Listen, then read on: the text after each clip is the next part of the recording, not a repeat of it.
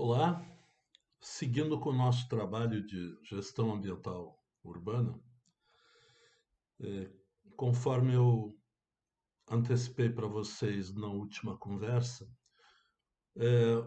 hoje eu quero dar uma passada na ideia de um processo de construção da política ambiental no nível local, no nível de uma cidade, no nível de um município, né? E eu vou procurar fazer essa apresentação focando no compartilhamento da política, da construção de uma política com os vários grupos da sociedade local.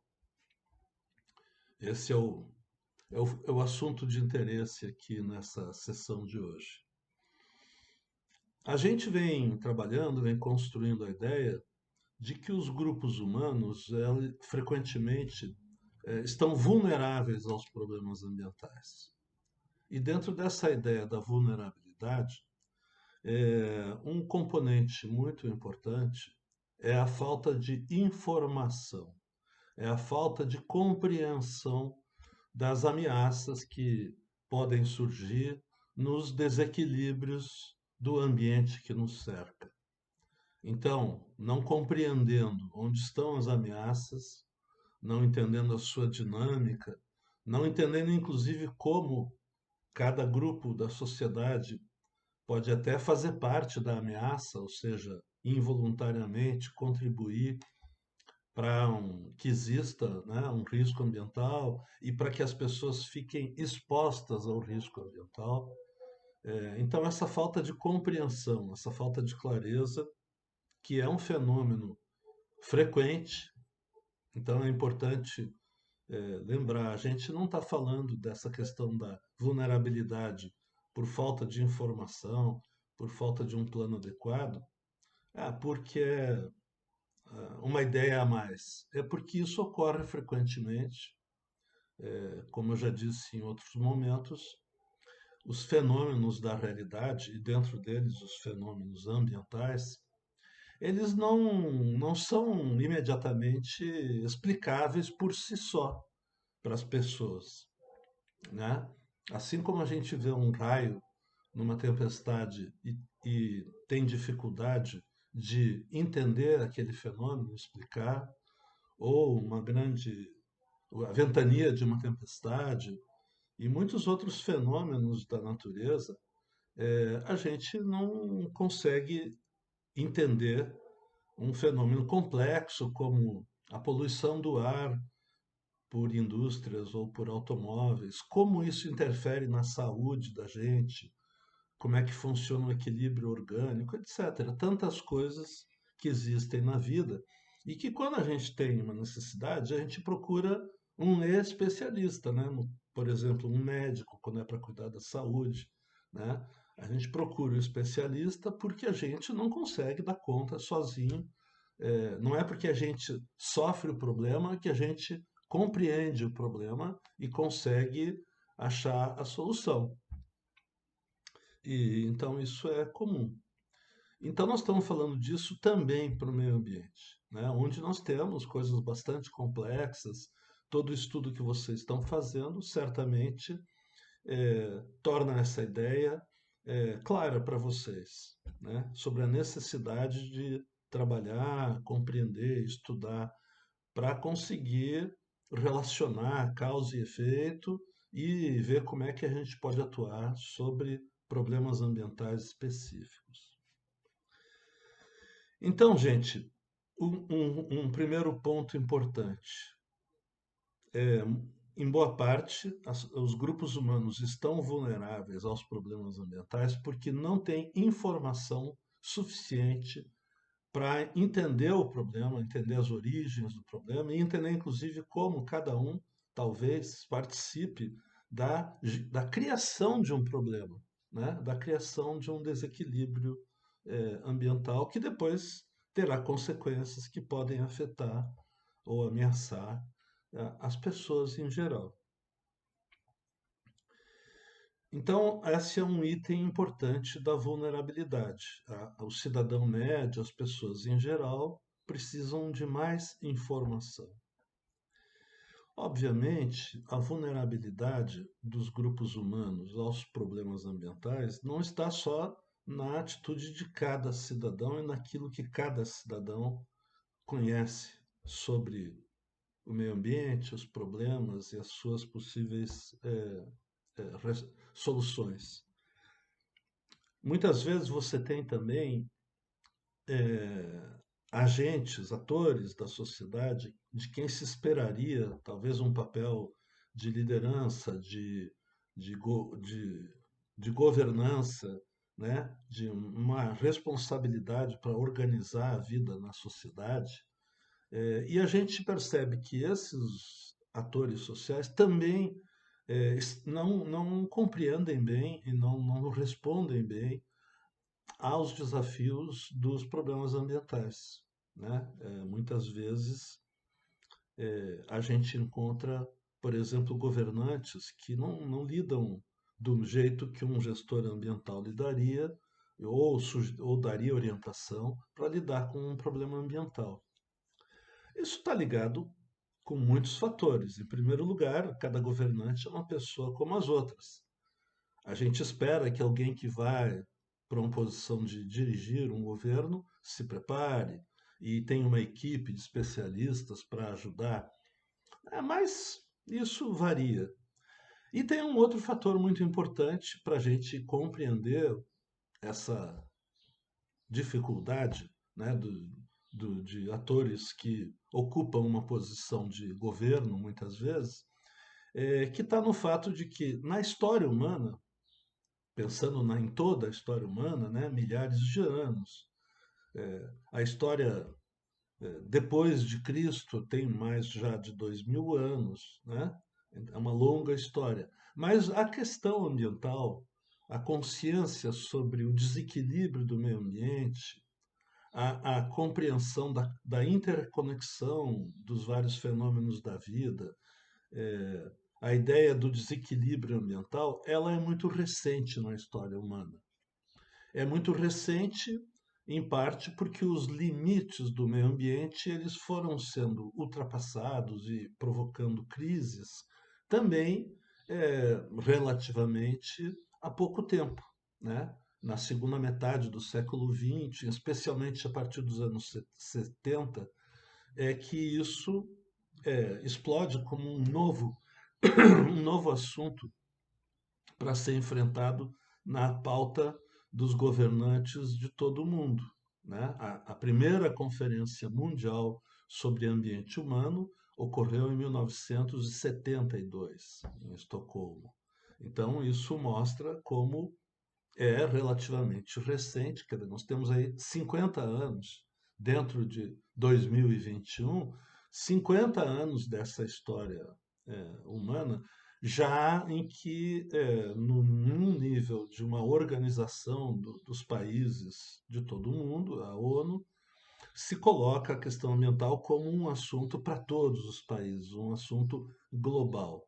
E ela aparece, essa questão, já com o alerta de que o desenvolvimento humano, do jeito que foi praticado ao longo da história, ele é um desenvolvimento insustentável.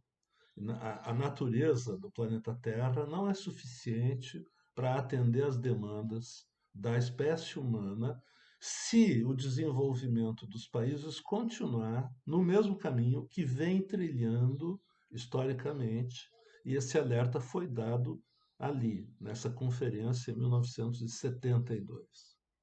20 anos depois, na Conferência Mundial do Brasil, surgiria a ideia, a proposta de construir um desenvolvimento sustentável, um desenvolvimento que possa se apoiar de maneira continuada para o futuro nos recursos do planeta Terra. E para isso, então, o desenvolvimento sustentável é uma proposta que indica que os seres humanos, as sociedades humanas, têm que aprender a viver respeitando os limites da renovação da vida no planeta Terra. Porque a compreensão não é que nós temos um estoque rígido de recursos, nós temos um potencial, né, de oferta porque parte dos recursos eles não são renováveis, eles têm um limite eh, que depois de usar toda essa quantidade, aquele recurso pode se esgotar no tempo da economia, né? Então a gente tem que aprender a achar um substituto para aquela fonte de energia ou de matéria-prima, enfim, aquele recurso que pode se esgotar. E outros recursos, eles são renováveis, como por exemplo, vamos pensar nos peixes, né? Peixe é um alimento para muita gente no mundo. É renovável, porque os peixes se reproduzem. Mas essa renovação vai depender da técnica de pesca, que tem que respeitar esses ciclos de reprodução. Por exemplo, não pode pegar peixe muito pequeno que ainda não se reproduziu, porque senão vai chegar uma hora em que vai faltar peixe. Em alguns lugares já falta peixe de algumas espécies. Então, o fato de um recurso ser renovável eh, nos gera uma responsabilidade. Devemos saber usar o recurso sem impedir a renovação da vida na natureza. Então, essas são algumas das ideias de base de um desenvolvimento sustentável. Muito bem. Então, em grande medida, construir uma política ambiental para um lugar precisa ser uma tomada de consciência. As pessoas precisam reconhecer o ambiente de um lugar, que ambiente é esse, né? E entender onde estão os problemas, onde estão aparecendo problemas nas relações das pessoas com o meio ambiente naquela região.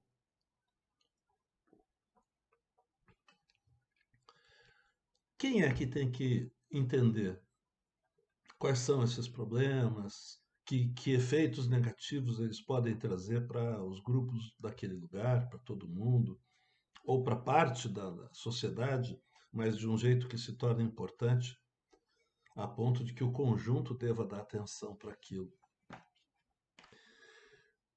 Quem é que tem que entender isso?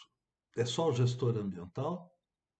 Será que se apenas o gestor ambiental fizer um estudo, pode ser um estudo brilhante, né? Um relatório técnico, analisando flora, fauna, ar, água, os ecossistemas, o que está acontecendo e fazendo um diagnóstico, aquilo basta? Um trabalho técnico basta? Certamente, um trabalho técnico bem feito pode ajudar. Mas está cheio de trabalho técnico por aí, e no Brasil isso é muito comum, trabalhos técnicos, acadêmicos ou não, né? Alguém se dedica, estuda e levanta um problema ou vários problemas, indica soluções, etc. Será que isso faz com que, no jeito que a nossa sociedade funciona, será que isso basta para que a pessoa que fez esse diagnóstico e outras que ela sensibilizou possam fazer um trabalho, corrigir os problemas, criar soluções? O que a gente percebe é que se houver um diagnóstico técnico que fique compartilhado apenas por quem tem essa visão técnica, por exemplo, quem está dentro da universidade, e dentro da universidade, né, também os estudos eles ficam dentro de uma área de conhecimento. Não é todo mundo que fica sabendo, né, daqueles diagnósticos. O efeito disso para mudar a situação do ambiente é muito pequeno. Até porque, hoje em dia, entre outras questões, entre outros fenômenos, tem até quem diga que a ciência não serve para muita coisa, né? As pessoas que duvidam da ciência, que negam a ciência, negam a utilidade da ciência. Então, é, ter um bom diagnóstico técnico é importante, mas é uma primeira parte quando a gente vai construir uma política ambiental. Tem um passo fundamental que é compartilhar as informações sobre o meio ambiente e sobre os problemas ambientais e sobre as possíveis soluções. E isso pode ser, nós podemos pensar que isso é uma etapa, né, de um trabalho. Depois, se a gente conseguir compartilhar, aí a gente pode, inclusive, propor as soluções e daqui a pouco as soluções podem ser adotadas e então aquilo que depender do governo vai receber recursos de um orçamento do governo, vai poder se contratar equipes, vai poder se ter equipamentos, por exemplo, para monitorar o ambiente, o ar, a água, etc. Enfim, e as soluções poderão ser encaminhadas. Mas o tempo desse esforço para compartilhar é que a gente precisa criar, porque quando não se compreende bem a importância de compartilhar esse entendimento da realidade, a gente não dedica tempo e esforço suficiente para isso. Então vamos lá, vamos falar um pouquinho mais disso, desse compartilhamento do entendimento e começa por um compartilhamento sobre as percepções dos diferentes atores, né? Então é muito importante que a gente possa criar uma conversa em que cada setor da sociedade possa trazer a sua visão, né? Como é que cada um, e quando eu digo cada um, não é mais do que cada indivíduo, né? A gente vai procurar trazer para o diálogo, para o debate sobre as questões ambientais do lugar e depois sobre a política ambiental, é importante trazer gente que representa a gente, né? Gente que naquilo que faz representa um grupo, né? Então, a sociedade tem organizações e tem lideranças. Então, exemplos, tem associações de moradores, tem colônias de pescadores, tem sindicatos de trabalhadores, tem câmara de comércio, tem associação de transportadores e por aí vai, né? Então você consegue identificar atores sociais que são então pessoas que representam pessoas. Então o ideal é que você consiga trazer todos os grupos humanos por meio dos seus representantes.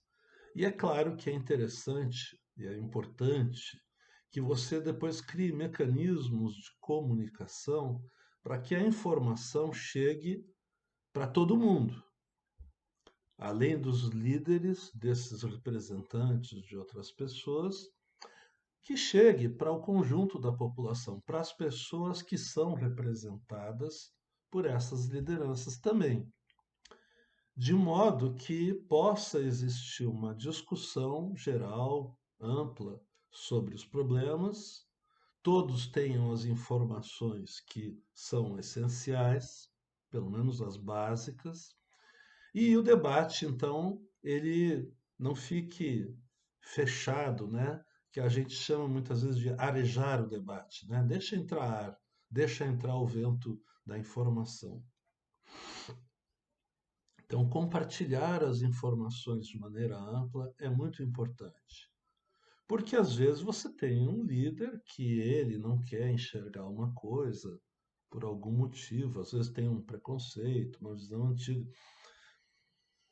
Mas se a informação chega amplamente, inclusive para quem aquele líder representa, na discussão que ele fizer lá na sua colônia, no seu sindicato, na sua associação, na sua câmara, etc., ele vai receber a influência de quem teve a informação e propõe outras visões. Então, isso vai ajudando a evoluir o processo de conversa. Evidentemente, depois de discutir problemas, o que está mudando para pior, aonde surgem ameaças, onde podem surgir riscos ambientais, que se debatam soluções também, possíveis soluções.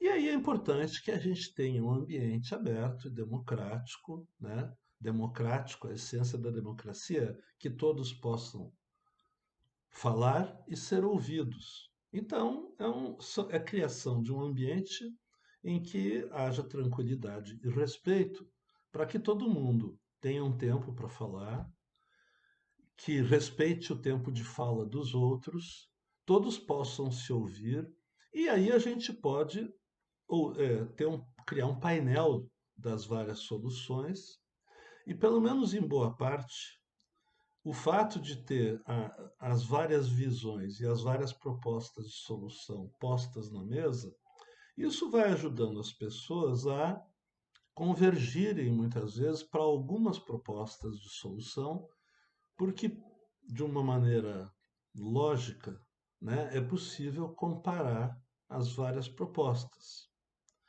Tem uma coisa que também pesa bastante e ajuda muito a esclarecer, a adotar caminhos, que é a troca de experiências. É a gente aprender com a experiência de outros lugares.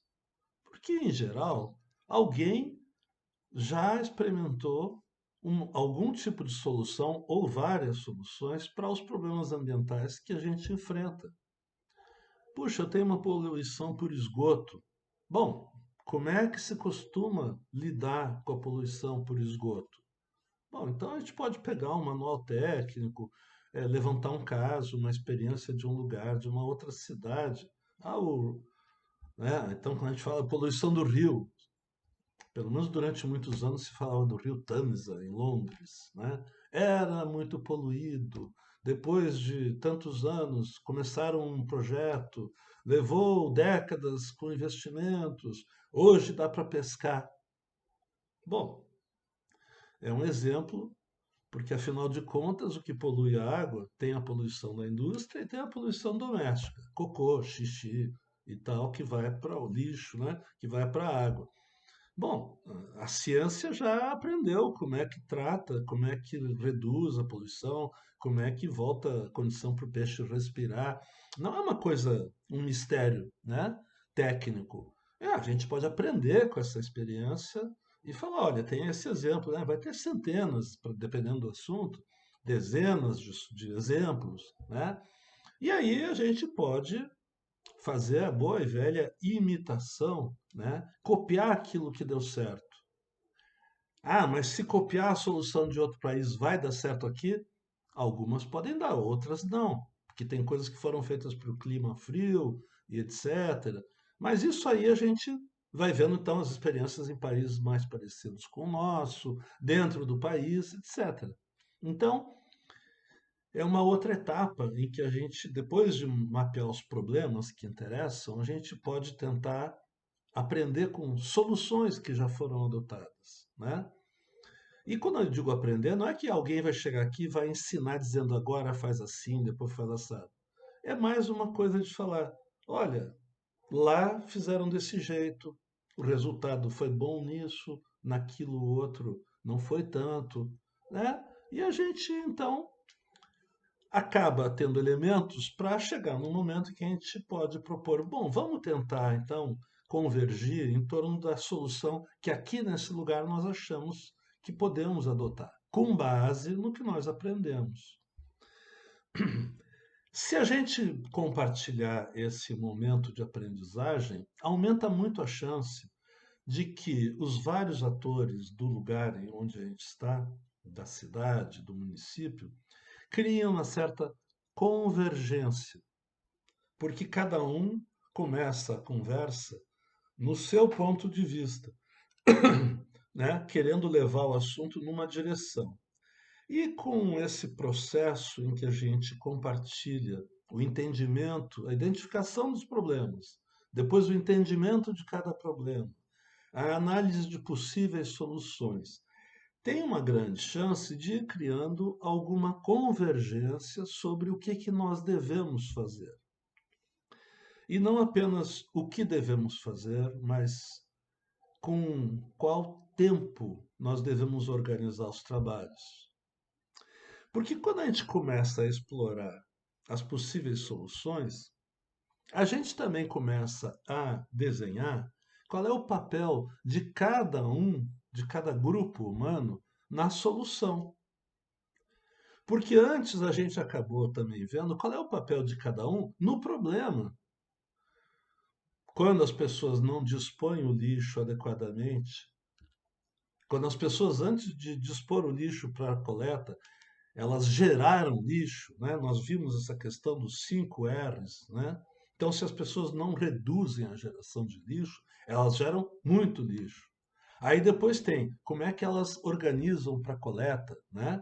E aí tem se elas organizam separadamente, o que é orgânico e o que não é, ou se junta tudo. Então, as pessoas com as suas atitudes, elas fazem parte do problema, deverão fazer parte da solução, né? No caso do lixo. Por exemplo, separar em casa é um ato muito importante para que você tenha uma coleta seletiva, mas passa por conquistar as pessoas para fazerem a sua parte. Então, se cada um compreender, ao discutir um problema, puxa, eu nem sabia que, pô, qual é o problema de eu comprar as coisas na embalagem? Ah, aprendi que eu devo gerar menos lixo, então eu posso fazer algumas escolhas. Mas depois eu, de qualquer modo, vou gerar algum lixo. Ah, como é que eu organizo para ir para a coleta? Agora eu entendi porque é importante esse negócio. Achava que era uma besteira essa coisa. Por que que separa? É tudo, eu usei, estou jogando fora. Não, não, mas tem coisas que se degradam facilmente, outras coisas não, e podem até virar recurso para alguém ou até para mim, né? A reciclagem. Bom, então a compreensão facilita depois entender a responsabilidade de cada um e as responsabilidades de quem tem a tarefa especializada. Então tem os gestores ambientais, a estrutura de gestão ambiental, que pode ser uma secretaria ou uma diretoria, enfim, um setor da administração. Tem os setores da administração que fazem serviços específicos, como é o caso, por exemplo, da coleta de lixo, depois a disposição final, eh, a coleta e o afastamento dos esgotos, tem, né, obras especializadas, as estações de tratamento de água, de tratamento de esgoto, enfim, tem serviços especializados. Então, aparecem as responsabilidades de cada ator, se consegue compreender que a solução, em geral, vai ser uma combinação de mudanças de comportamento, de ajustes naquilo que cada um faz, na forma como cada um faz, e que depois, periodicamente, a gente vai poder avaliar resultados de um esforço conjunto, de uma direção, de uma governança ambiental. A governança é um termo que designa genericamente o conjunto das ações que procuram governar, mas governar de uma maneira ampla, as coisas, né? Os fenômenos, os fatos, né? O jeito de fazer as coisas. Então, esse compartilhamento cria condição para um outro tipo de governança ambiental. Não vamos aqui entrar nas tecnicalidades do campo da teoria política, governança, etc. Eu estou querendo mais passar a ideia de que existe uma governança ambiental, que é uma grande tarefa compartilhada entre os vários atores sociais. Então, quando a gente vai montar uma política ambiental, a gente vai propor um novo direcionamento, uma nova organização de esforços para orientar essa governança, cujo resultado dessa governança é a qualidade do meio ambiente. Então, a gente está falando de mudar a consciência de cada setor da sociedade para combinar o que cada um tem que fazer para que no conjunto a gente atinja um outro resultado na qualidade ambiental, na maneira como evolui o ambiente e dentro dele a vida humana. E progressivamente, né, a gente deverá respeitar mais o direito que cada cidadão do Brasil, no caso, tem de poder viver num ambiente que é sadio e ecologicamente equilibrado. E essa Constituição brasileira que dá a cada um esse direito, dá para cada um também, reconhece que todos têm deveres de proteger o meio ambiente, de cuidar do ambiente. E o primeiro exercício do dever de cada um é fazer sua parte dentro do seu papel, ser responsável para colaborar numa mudança dos comportamentos, fazendo a sua parte dentro de uma combinação democrática, em que a gente não vai trabalhar com a ilusão de que de um dia para o outro, de uma hora para outra, tudo vai estar resolvido, né? Mas a gente pode progressivamente, por meio de planos de ação, definir metas de qualidade. Depois a gente pode verificar se atingiu, ver o que deu certo, ver o que precisa melhorar e aí fazer um outro plano, uma outra política ambiental por um período de tempo. Pensando desse jeito, então, a política ambiental, claro que depois vão sobrar tarefas específicas para o gestor ambiental, né? Por exemplo, fiscalizar algumas coisas, punir alguns comportamentos, desenvolver estudos específicos, etc. Mas pensando nesse conjunto, a política ambiental é um processo de construção de uma nova visão de uma comunidade, né? Um compartilhamento de informações e depois a escolha de algumas soluções que vão ser construídas em conjunto. E dentro disso haverá tarefas técnicas específicas para o gestor ambiental. Então, o gestor ambiental, em relação a esse processo conjunto, ele vai ser, claro, né, a âncora, né, ele vai fornecer o suporte técnico. Mas ele não é o dono da política ambiental. Ele não tem que fazer, olha, está aqui minha assinatura, e se eu assino, a política é boa. Isso aí pode ser muito bom para a vaidade da pessoa, até para o currículo pessoal, mas não é o que muda a realidade. A realidade precisa ser mudada num processo democrático, né, da sociedade na qual a gente vive, e então esse processo de diálogo, informação aberta e combinar, né, de maneira usando os mecanismos democráticos, né, uma combinação então compartilhada sobre um plano de ação, então aí isso é uma boa política ambiental. Vamos falando então, abraços.